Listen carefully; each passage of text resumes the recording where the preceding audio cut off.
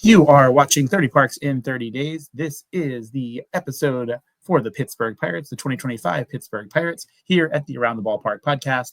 My name is Mike Redman, alongside my brother Darren Redman, and we are having so much fun doing this each and every day as we get closer and closer to opening day. The first opening day with the Dodgers and Cubs is just a few days away, Darren, and then, of course, the regular season. So will you be able to watch any of that series? Oh, absolutely. I'll get up early enough to watch it. It's usually on like 5 a.m. in the East Coast. Yep. So, yeah, definitely. I usually get up around 5 anyway, so it's be perfect. Yeah, like as I'm getting older, I prefer the 5 a.m. start time to the 10 p.m. start time. So, absolutely. Now I say that because Vin Scully is no longer with us, and I would stay up for Vin Scully, no matter how late. Yep. But so, Darren, before we jump into the Pittsburgh Pirates, we have a proud sponsor here. It's Nashville Tax Solutions. And so if you wouldn't mind just sharing with our listeners a little bit about Christopher Bennett and his team. Attention Palm Bay and Fort Pierce. Are you struggling with tax issues? Whether you're behind on filings, dealing with a lien, or just need expert guidance, Nashville Tax Solutions is here to help.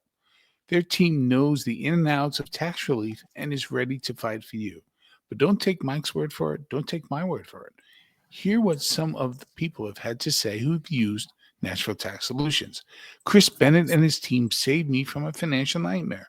They're knowledgeable, clear, and compassionate. So don't let tax troubles keep you up at night. Call 855-627-4829. Visit NashvilleTaxSolutions.com or email info@NashvilleTaxSolutions.com today. Nashville Tax Solutions, because tax problems deserve real solutions.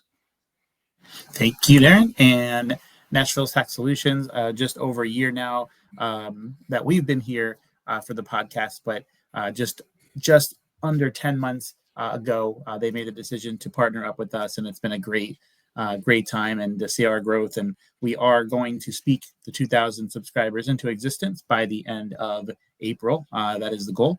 But we are here to talk Pittsburgh Pirates baseball, and this is a team I cannot remember. So I'm going to make this analogy, but I'm going to get to my point. In 2025, Darren, let me ask you this question. How many shows do you make it a point to watch is like the act is actually on? Like, I'm not talking sports world, but just in general, like where you have to sit down, you have to be there, you can't wait and watch it on DVR. Like back in the day, it was several shows for whatever reason, but now it's harder and harder to do that. So is there a show that you make point to, or is pretty much everything you watch outside of the sports realm when you can get to it? Because of the ability to watch it at your convenience, I don't sit around and watch if it's not sports.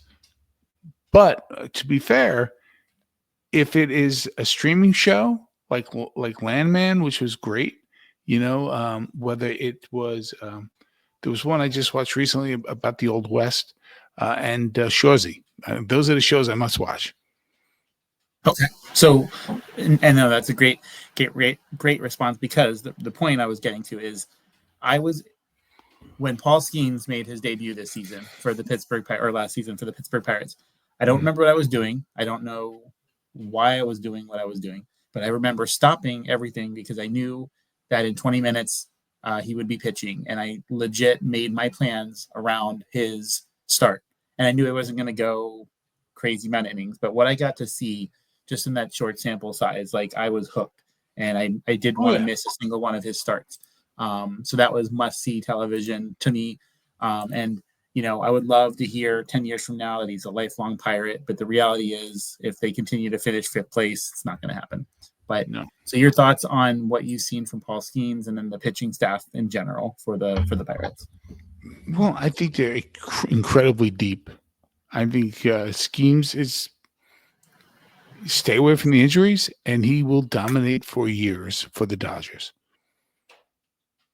He's going to end up with the Dodgers. It's unfortunate, but I think he will bring Pittsburgh to the playoffs this year. So right off the bat, too far ahead. Yeah, because how deep are they? Keller's good. They're good. They're not great. They're good. He's great. Skeens is great. Paul's great. But the Yep. rest are good. Top. They got a So wonderful pitching staff.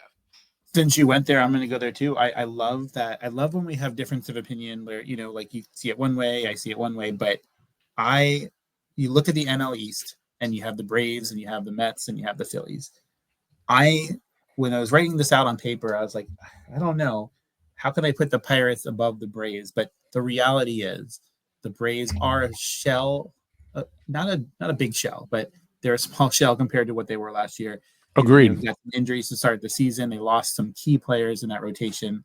And so to me, I actually have the Pittsburgh Pirates as well. And I have the Cubs as the division winner, but I have the Pirates as the wild card, or one of the wild cards. So now it could be a long shot. They were in the 5 spot last year, 76 and 86, but it wasn't like this astronomical number. And so I understand that means the Brewers don't get in, and that's a little bit silly because they were a 93 win team last year.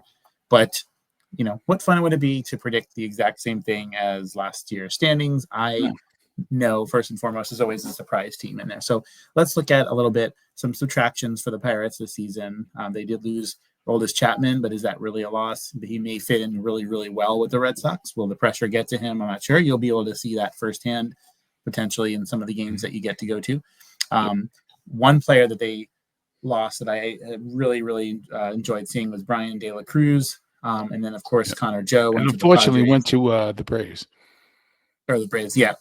So there's that. Michael A. Taylor, another good outfielder. So they did lose some names there.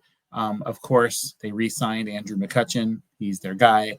Tommy Pham, as we've joked about in the past, seems like he's put on every jersey that there is in these last few years. Yes. And then Adam Frazier, the 1-year deal. Some other names on there, but when I think, and there's still, and we're sitting here. The date of this recording is March 13th, and but what do you call it? Yasmani Grandal still is a free agent as of this recording. That's a bit surprising. So, what do you call it? So, but yeah, so there's that. So looking at let's look at their lineup just for a bit. So you have McCutchen and Brian Reynolds. What do you think about O'Neal Cruz? Have you got to see? I've been able to see a little bit of his play, but are you a fan of O'Neal Cruz, or do you know much about him in that third spot? What I know about him is that I'm a little afraid. I see he's got a big swing. He's got a big swing, and he shortens that thing up, and just puts the ball between the gaps. He'll be a lot better. But we'll see. We'll see. Don't know a lot about Joey Bart, but I love me my catchers. We'll see what that's like. And Tommy Pham every day in the left field. You and I have seen a lot of Tommy Pham. There's a reason why he has so many jerseys. Yeah. Yep. Let's put it at that. He's a good player. He's a good player. He's a little bit got the Marcus Stroman mentality, a little bit, so to speak. Exactly. A little bit of Jose Siri. Hopefully the Mets can contain that. But this is a team, I think it's because of their rotation, like Darren had talked about with not just Paul Skeens and Mitch Keller, Jared Jones, but the thing is they have 2 top 100 prospects, Bubba Chandler and Thomas Harrington, that are waiting in the wings. I'm not saying that they're going to be on the Skeens level, but this is a team that 2 years from now could have a 1 through 5 of these names that are just like, wow, how did they get here? But unfortunately, because of they do play in Pittsburgh, unless they break the curse and get to the playoffs, like Darren mentioned, the Dodgers are going to sign everyone that's a free agent. So, and they're not going to pay them for 25 years, long after the ownership is gone. So, kick the can down the road.